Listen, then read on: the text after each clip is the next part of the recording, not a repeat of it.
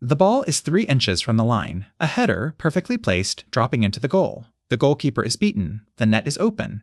2 hands rise up from nowhere and swat it away like a volleyball. The whistle blows. A red card is shown. The man who just stopped the goal walks toward the tunnel, punches the air, and smiles. This is football untold. This is the story of Suárez versus Ghana, the handball on the line. It was July 10, 2010, and the World Cup had come to Africa for the first time. Soccer City in Johannesburg was not just a stadium that night, it was a continent's dream made concrete. Ghana, the Black Stars, were the last African team left standing. Everyone else had fallen away. Cameroon, Ivory Coast, Nigeria, gone. But Ghana remained. And in a nation that had waited 56 years for independence, that had rebuilt itself from civil war and famine and military rule, the idea that an African team might reach a World Cup semifinal stopped being a whisper and became a roar. The vuvuzelas never stopped. South African fans who had eliminated their own team weeks earlier had adopted Ghana as their own. The noise was not celebration, it was a prayer. It was 50 years of waiting turned into brass and breath. Uruguay came to that match with their own mythology. They had won a World Cup twice, in 1930 and 1950, when the tournament was smaller and the world was younger. But they had not won since Perón still walked the earth. They had not appeared in a semifinal in 40 years. Diego Forlán, their best player, was 40 years old in the modern game, not in age, but in attitude. He played like he had something to prove. Like Uruguay's time might have passed, but he was not ready to let it.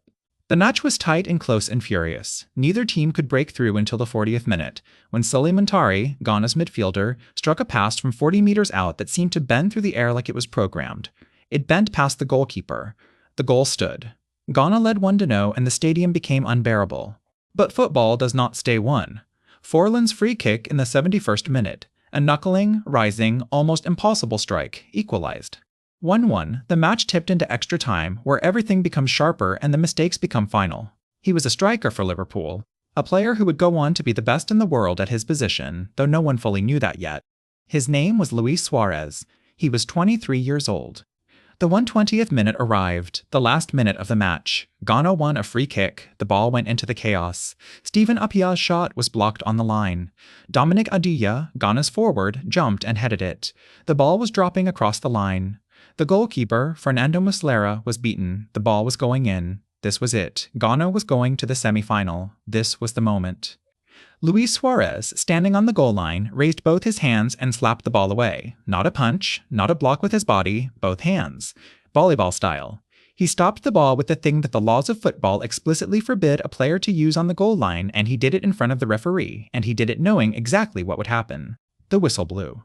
The referee's hand went up. A red card was shown. 100,000 people in the stadium went silent, then erupted. Suárez was sent off. Uruguay was down to 10 men. But the mathematics of punishment that FIFA had written into the laws meant that Ghana's reward was a penalty kick, to be taken in the last seconds of the match from 12 yards out. Asamoah Gyan stepped up to take it. He had already scored 2 penalties in this tournament. He was one of the best penalty takers in the world. The goal was empty now. Muslera was still on the field, but Suárez's red card was the only thing that mattered. Gyan placed the ball. The whistle blew. He ran. He struck it. The ball went high. It hit the crossbar. It bounced over the goal. It fell the wrong side of the line. The final whistle blew seconds later. 1-1. Uruguay would go to the penalty shootout. Ghana would go home. And in the tunnel, out of sight of most of the stadium, Luis Suárez watched the penalty sail past and punch the air in celebration. That image, his first straight through the chaos and the noise and the global anger, was the one that traveled the world. Not his save. Not his red card, the punch, the smile, the absolute refusal to apologize for what he had just done. The shootout lasted 4 minutes. Gyan took Ghana's first penalty and buried it. But Mensah missed. Adiyaya missed. Sebastian Abreu scored a paninka, a chipped penalty, barely brushed over the goalkeeper, an insult dressed up as a goal. Uruguay won 4-2. They went to the semi-final. Ghana went home. Suárez, speaking after the match, did not retreat. He did not qualify or excuse. He said, "The hand of God now belongs to me.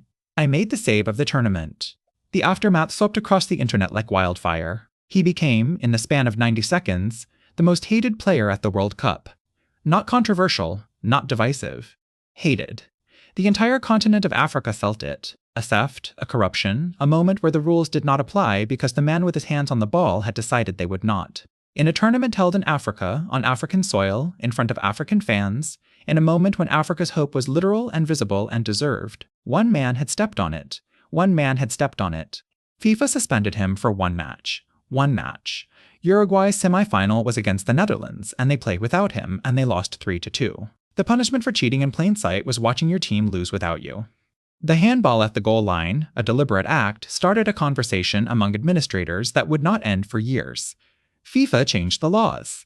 A handball that prevents a goal-scoring opportunity no longer automatically pairs a red card with a penalty. The math changed. The trade-off is no longer profitable. Suárez's theft had rewritten the sport's rules, had given future players a different calculus, a reason to think twice before raising their hands. He had broken the law so thoroughly that the law had to be rewritten around him. That is a kind of immortality. Guillon did not disappear. He remained Ghana's talisman, their best player, their last hope. He scored 6 World Cup goals, the most of any African player ever. He was to Ghana what Pelé was meant to be to Brazil. When 2014 came and they had to qualify again, he was there. When the Africa Cup of Nations called, he answered.